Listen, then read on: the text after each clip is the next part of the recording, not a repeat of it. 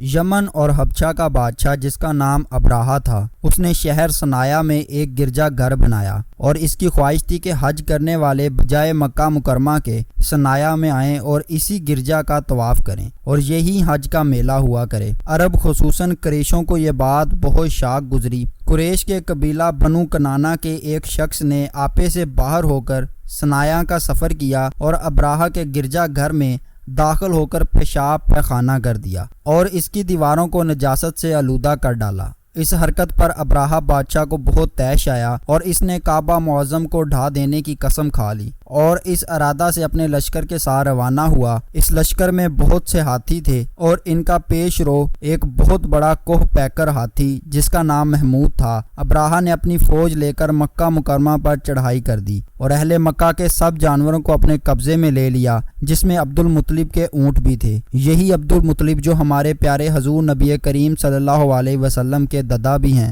یہ خانہ کعبہ کے متولی اور اہل مکہ کے سردار تھے۔ یہ بہت ہی روبدار آدمی تھے۔ یہ ابراہہ کے پاس آئے۔ ابراہہ نے ان کی بہت تعظیم کی اور آنے کا مقصد پوچھا تو آپ نے فرمایا کہ تم میرے اونٹوں کو مجھے واپس دے دو۔ یہ سن کر ابراہہ نے کہا، مجھے بڑا تعجب ہو رہا ہے کہ میں تو تمہارے کعبہ کو ڈھانے کے لیے فوج لے کر آیا ہوں جو تمہارا اور تمہارے باپ دادا کا ایک بہت مقدس مقام ہے۔ آپ نے اس کے بارے میں کچھ بھی مجھ سے نہیں کہا، صرف اپنے اونٹوں کا مطالبہ کر رہے ہیں۔ حضرت عبد المطلب نے فرمایا کہ میں اپنے اونٹوں ہی کا مالک ہوں، اس لیے اونٹوں کے لیے کہہ رہا ہوں، اور کعبہ کا جو مالک ہے وہ خود اس کی حفاظت فرمائے گا، مجھے اس کی کوئی فکر نہیں۔ ابراہہ نے آپ کے اونٹوں کو واپس کر دیا۔ پھر آپ نے قریش سے فرمایا کہ تم لوگ پہاڑوں کی گھاٹوں اور چوٹیوں پر پناہ گیز ہو جاؤ۔ قریش نے آپ کے مشورے پر عمل کیا۔ اس کے بعد حضرت عبد المطلب نے کعبہ کا دروازہ پکڑ کر بارگاہ الہی میں کعبہ کی حفاظت کے لیے خوب رو رو کر دعا مانگی اور دعا سے فارغ ہو کر آپ بھی اپنی قوم کے ساتھ پہاڑ کی چوٹی پر چڑھ گئے۔ ابراہہ نے صبح تڑکے اپنے لشکروں کو کعبہ مقدس پر دھاوا بول دینے کا حکم دے دیا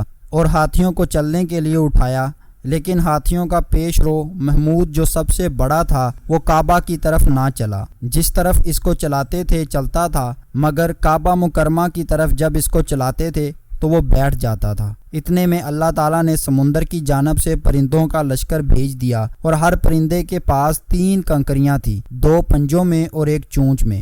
ابابیلوں کے اس لشکر نے ابراہہ کی فوجوں پر اس زور کی سنگ باری کی کہ ابراہہ کی فوج بدحواس ہو کر بھاگنے لگی، مگر کنکریاں بہت چھوٹی چھوٹی تھی لیکن وہ قہر الہی کے پتھر تھے۔ پرندے جب ان کنکریوں کو گراتے تو وہ سنگریزے فیل سواروں کے خود کو توڑ کر سر سے نکل کر جسم کو چیر کر ہاتھی کے بدن کو چھیدتے ہوئے زمین پر گرتے تھے۔ ہر کنکری پر اس شخص کا نام لکھا ہوتا تھا جو اس کنکری سے ہلاک کیا گیا۔ اس طرح ابراہہ کا پورا لشکر ہلاک و برباد ہو گیا اور کعبہ معظم محفوظ رہ گیا۔ یہ واقعہ جس سال وقوع پذیر ہوا اس سال کو اہل عرب والے ہاتھی والا سال کہنے لگے، اور اس واقعے سے 50 روز کے بعد حضور نبی کریم صلی اللہ علیہ وسلم کی ولادت ہوئی۔ قرآن مجید کی طرح کعبہ مکرمہ کی حفاظت کا ذمہ بھی اللہ تعالیٰ نے خود لیا ہے۔ نہ تو کوئی طاغوتی طاقت قرآن مجید کو مٹا سکتی ہے اور نہ کعبہ کو صفحہ ہستی سے مٹا سکتی ہے، کیونکہ خداوند کریم ان دونوں کا محافظ اور نگہبان ہے۔